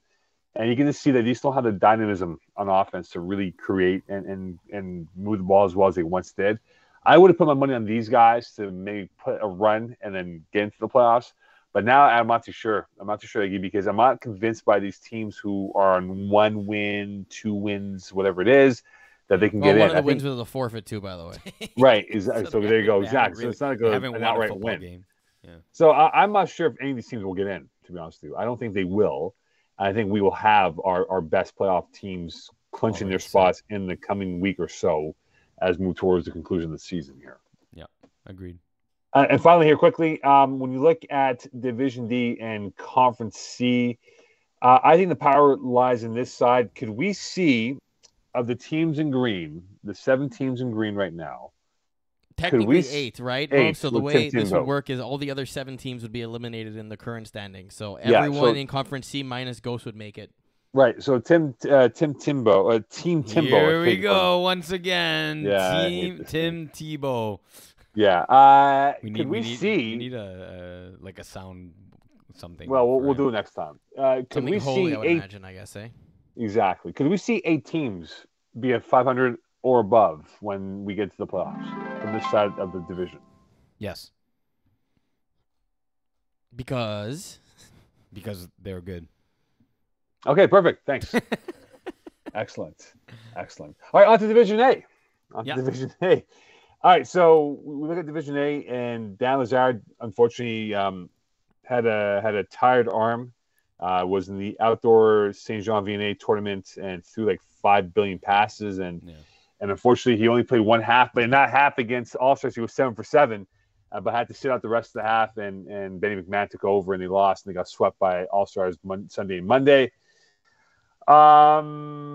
So what do we say about that for Mo problems here? That Dan was not healthy enough to play. Does that change your view of this team moving forward now, Iggs? No, because he didn't play. So no. I mean, they lost by less than a score in each game. Yeah, exactly. So I mean, what it tells me is that if ever he's not available for any reason, they have serviceable backups in Tam Death and Ben McMahon. Yeah, that's. Oh man, sorry, I wanted to send Eagle the picture.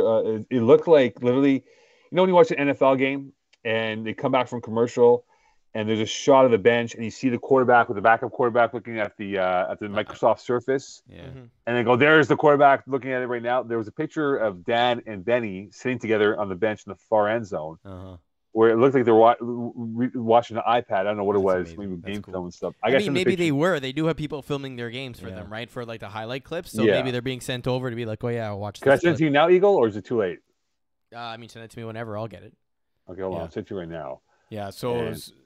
So that could be interesting that they're breaking not we see it and we see, oh, look at the fantastic catch or what a great throw, but what they were probably breaking down was the defenses, right? It's interesting that you mentioned that, Mo. So they were probably like, oh, look, they're dropping the two corners, and then the safeties biting in, but then immediately coming back out. So if indeed they were looking at the defense of All Stars, maybe Dan Lazaro was giving Ben McMahon a few tips. Oh boy, I don't know why I can't send it here. It's I don't know what's going on here. Hold on here. Oh, I don't know what's up with my phone. Yeah, so you got it, Iggs, or no? Let me just see. No, not yet. Yeah, it's coming though. So did you happen to see the game, Mo? I don't believe. Well, Sunday I did. On Sunday I saw the game. Ben played well. It was a valiant effort. They adjusted to what he had. I mean, they didn't know who he was, and took them maybe a series or two to get going. But once they figured him out, you can see that he was in a different weight class for where he normally is as a quarterback. And you can see he was a bit disappointed in himself. But I said, Ben, it's a nice try, but remember, you're playing against the best of the best here, right? So it's. So that's why. But it's unfortunate that, he felt like that. But I told the dude, don't worry, man. It's all good. It happens. And you'll be okay. You'll learn from it. It'll make you better as a quarterback at the lower division. That the speed of the game is a lot faster. The windows are a lot tighter. Yes. You can't bleep around and hold on to the ball and expect that to be that window to be open for you. And that's I'm wondering. Yeah, sorry, Mo. I'm wondering, because in the clip that they posted with him, I don't know who was rushing him, but they didn't look like they didn't want to get beat by him running. And so Matt Kerouac. And he threw a super late post to Sean Surmergen for a touchdown that, usually that would be a first or second read from a quarterback. And it was his last read. So, and he went 8 for 13, 95 yards, 2 touchdowns, ran 3 times for 18 yards. And I'm wondering if his ability to run can maybe give him an extra second. You know, you say that the speeds and is crazy and the windows are tighter, and they are. But I wonder if a rusher coming in at 75% can give him the time to make a throw like he did to Rory. Mo, you have to hit the picture button, then you click the picture, then you hit send. Or you can forward it. If you can't send it to me on Messenger, send it to me via text. If you can't send it to me via text, send it to me on Instagram. If you don't send it to me on Instagram, send it to me on Twitter. You can send it to me something's wrong with my phone right now, actually. That's why. So I'm trying to figure it out as we speak. What? So I apologize. Yeah. You just took it. It was this weekend. I know. Something's wrong with my phone right now. It's just acting up as we speak. I don't know why. All right, well, then we'll have to show this one to the world instead. Is it muted? No, it's not. No. Remember this, Mo? This fun one. Oh yes, that's a great one, man. That's a fantastic one. What is hey, this? can I announce it finally, Eagle, on my Insta or no? You can post whatever you want. But I was waiting for you to give me the green lights. Of course you can give the green light. I took the fucking pictures. No, but I'm saying for the announcement. Oh, that? No, not yet. Okay. Huh. I just want to make sure. That's why. Okay. Iggy's like perplexed by what we're talking, what we're trying to talk about. Why were you draped with a flag? Why are you wearing a flag? We were in Malbay, and it was where the G7 was it, or G9 or G8? It was the G7 summit. G7 summit was held, and so we draped ourselves with flags. Him being the motherland of Italy, I being the motherland of England, because that's where all South Asians go. Also, this lovely picture. This one's boss. They're all boss. Yeah. This one is especially boss. Ooh. Yeah. Absolutely. Oh, you got to put the white one of Mo now. The all white. Oh yeah, that's a great one, man. That's a fantastic one. The white picture, yeah, that one's a great one too. You brought up a point about Matt Kerouac and Alex Blay, and I love busting Alex Blay's chops about this because he's a good kid and stuff. So, but you brought the point. Has he done a good job as a rusher? I think he's learning to become a Division A rusher. I don't think he's there yet. I think he. Yeah. Not looking at it now. There you go. Perfect. I look like a monster in that picture. But I don't know what his ceiling is, Iggy, as a pass rusher in this division. Yeah. But he can definitely, maybe in a couple years' time, when he gets used to the speed, be a decent rusher. But it's still Matt Kerouac's job, I think, to lose on that roster. Yeah, I think it's a trial basis for Alex Blay. Rushing, he didn't look great, particularly great on a run by Tam Villiadeth that also got uploaded to the FPF Instagram page. Yeah, he made him just on a one-step move. He saw Alex, shade a little to the right, one step too much, and he cut left and ran it upfield for a TD. But he's done a serviceable job for All-Stars, but yeah, I think. Just one play alone from Matt Kerouac, right? Oh, where was it? I thought it was here. It was. It's on Tam's count, I guess. It might be in Tam, or it might have been a story. Tam has it. It might have been IG's story though. That's this one. Yeah, here it is. So watch how Alex takes not a great angle. Can you stop it at that when he gets close to him? I'll tell you where he messed up on. We got rusher tips from Mokan here.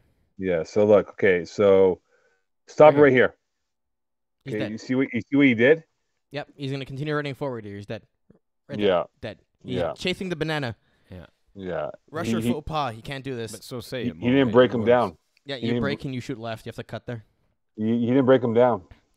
Like you have to study these quarterbacks, and Tam gave him his signature move.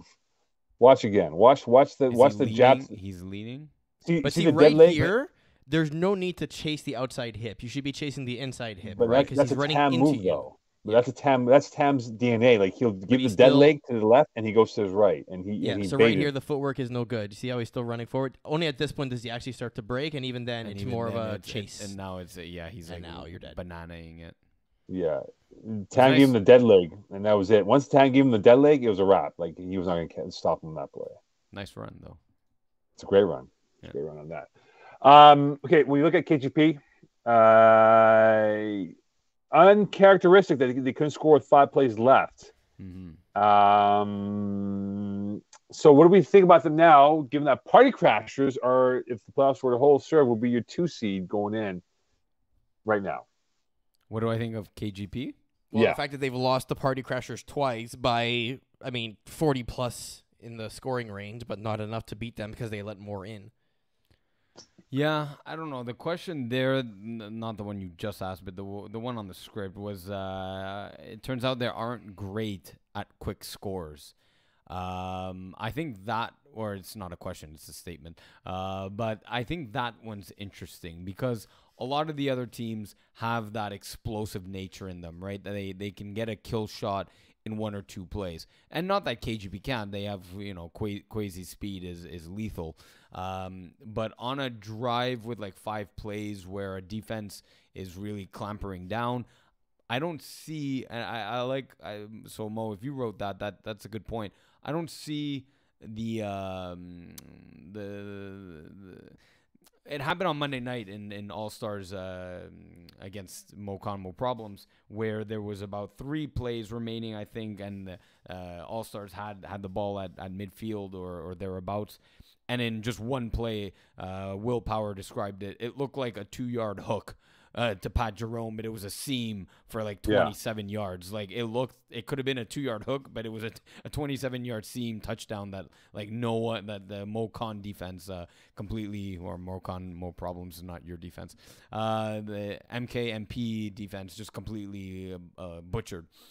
I don't see that type of explosiveness with KGP. So that limits them in like certain game situations to go up against these Division A teams. They're obviously they've won a couple games against the Braves in week 1 where they had a doubleheader. Week 2 they beat Apocalypse after losing to them in week 1. So like they can hold their own, but I think that quick score inefficiency is going to be a problem for them, especially because all these games usually come down to the last 5 plays. Yeah, well, I hear their championship parties are pretty epic, from what I've been told, and I hope to experience one of these days with them. But with them, not one of your own, because you've had. No, I'm not playing. But I do get like 3 championship t-shirts though during Roadshow. So, but I think their offense is a slow burn. That's what they are. They're a slow burning offense. It's a good one too. It's nothing wrong with it, but when you look at the Formula One offenses that we have in the higher divisions, like Div 1 or Div A in this case, where they can score in one play, they're not built to do that. I mean, they can do it, but they're not built to do it. They're not built to do it on a hey, if we're down by 2 scores, we might hit it.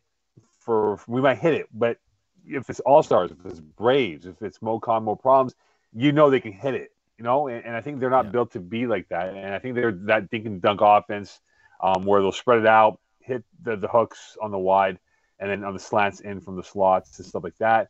And if it presents itself, then they'll lull you to sleep and hit you on the deep ball with a Quasi run, or even a Dylan Garber who does a hook and go sometimes and can really bamboozle the DB. So I think now moving towards the final 3 games where they'll get Braves, I think All-Stars and MoCon Mo Problems, I think, is the last game. They'll check that.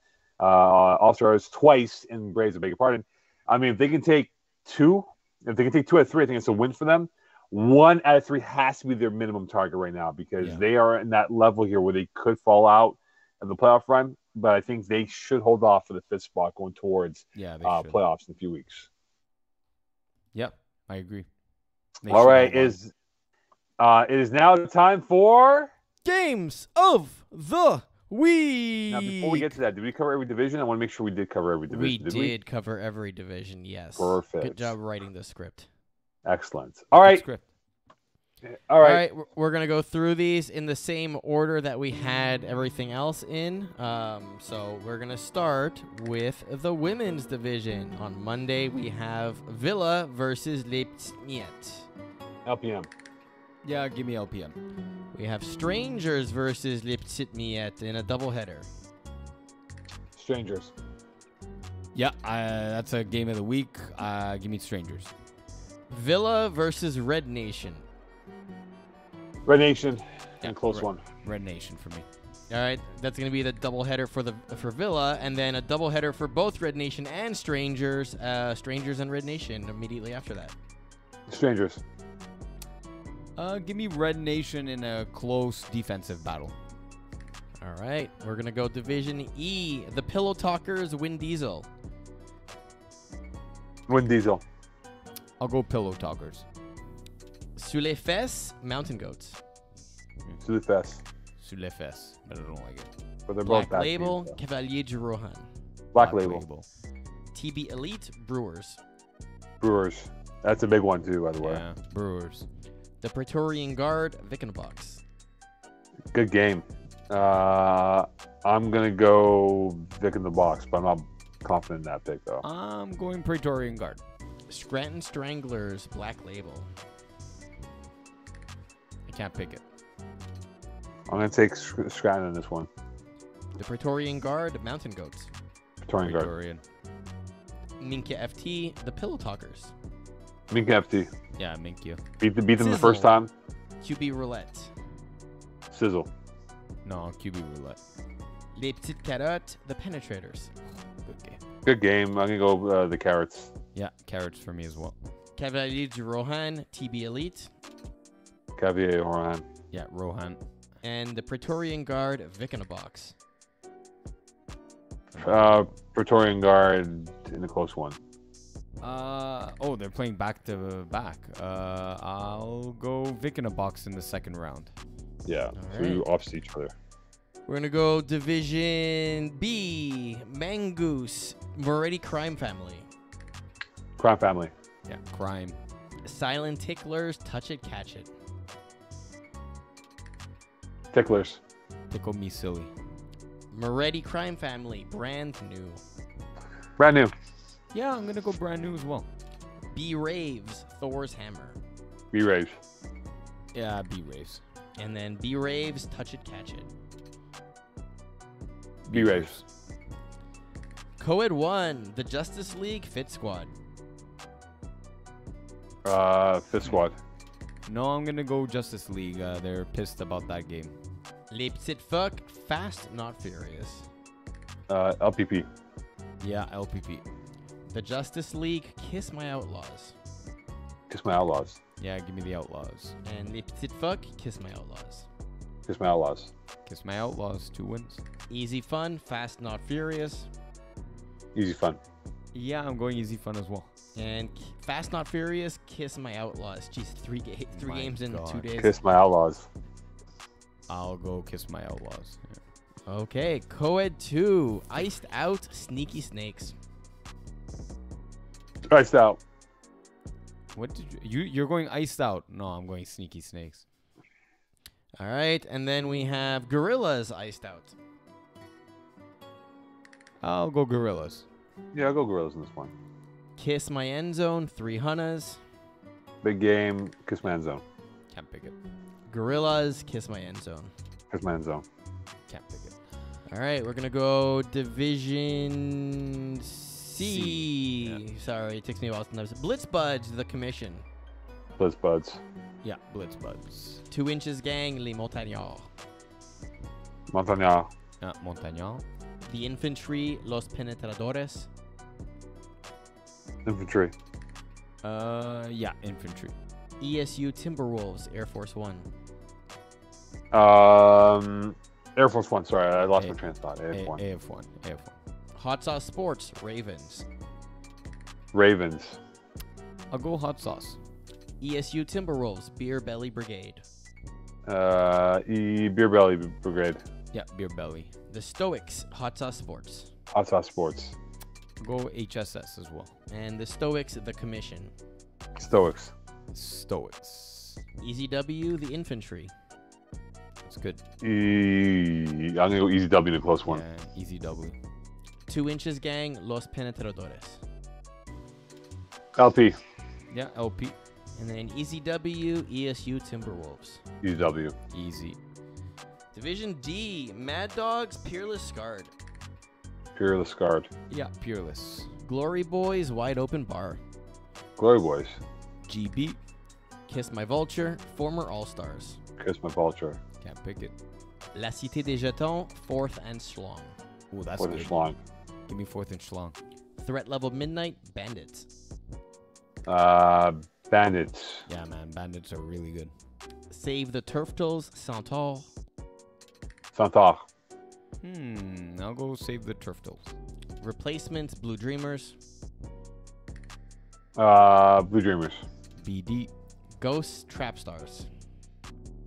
Trap Stars are banged up. I'm gonna go Ghost in this. I'm gonna go Trap Stars. A big one. No, I'm still going Trap Stars. Yeah, Trap Stars. Threat level Midnight, Replacements. TLM. Midnight. Former All Stars, Threat level Midnight. From All Stars. No, I'll go Threat Level Midnight again. Undertakers, Centaur. Centaur. Undertakers are just botching it right now. I'm gonna take Undertakers. Late, Primetime. Primetime. Primetime, yeah. Blue Dreamers, Big Dracos. Dracos. No, I'll go Blue Dreamers. They're on a roll. Undertakers, Dirty Dogs. Yeah, Dirty Dogs. Yeah, both dogs. Former All Stars, Bandits. Bandits. Yeah, man, I told you they're really good. Bandits. Ghosts, La Cité des Jetons. Cité. Yeah, that's there. Fourth and Schlong, Peerless Guard. It's good. Fourth and Schlong. I'll go Peerless Guard. Dirty Dogs, Save the Turtles. Double D. Dirty Dogs.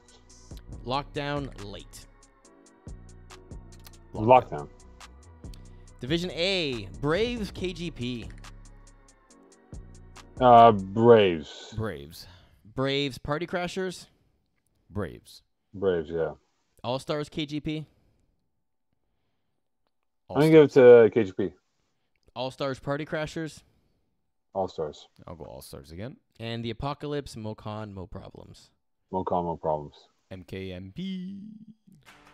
And that's going to be Games of the Week. I want to do a quick shout out to Primetime. They asked me on the field after scoring a touchdown with like 5 plays left. Hey, you going to talk about us this week on the podcast?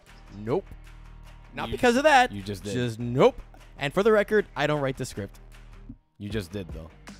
Is that really kind of talking about them, though? Yeah. Yes. I mean, we Yeah. mention them every You week uttered- in Games of the Week, Yeah, so that's that true. doesn't count. That's true. It's like saying we cover every team, do we? Well, here, I'll give you an example, right? So there's a Canadian law that when you, for example, let's say a show like this or Hot Sauce Sports or anything that's media related, you're allowed to play that song for about 25 seconds. After 25 seconds, it becomes a copyright. So we didn't speak about them for 25 seconds. So in theory, we didn't talk about them. There you go. Oh, I think someone else has a copyright on Primetime. Maybe. Deion Sanders. Look good, feel good. Okay, so as we wrap up the show here, quickly again, please, and I can't emphasize how important this is for teams out there, double check your rosters for games played for your players. Because it always happens at the end of every season where someone will email the captain will email the league, or reach out to Eagle or Iggy or myself, whoever it is, PZ included, and say, hey, our guy played 5 million games, he was eligible, blah, blah, blah. And we look back and say, no, he Don't reach out to wasn't. us. Email the league. Yeah, but they always come up to me and I tell Email the league. Email the league. One email of us the will league. look at it. Just email the league. If it ends up in my inbox, I'm going to forget about it. Email the league. Just email the league if you think there is a point in contention that needs to be revised or looked at, that you think this player is eligible or wasn't given the game played. And they can revise it, look at it, and double check with the scorekeepers that were involved and hopefully rectify it, because it happens Also, I hope every you're year. submitting your rosters online, because that way we have a history of it. Exactly. Yeah, It yesterday, 1 out of 8. Not a good I know, I've had a ratio. few now. I got 1 out of 8. But it's important that you do that so we can get everyone aligned with their rosters. So that's my beef for the week. Okay, magic words, please. From all of us here at the Week Extra Point Live, Please have a good vacation. We'll see you in a few weeks. It's going to be Iggy and I for the next couple of weeks coming up. Let's go, Mo. Let's go. Come in house. sound included. Woo! Put the place up. Yeah, we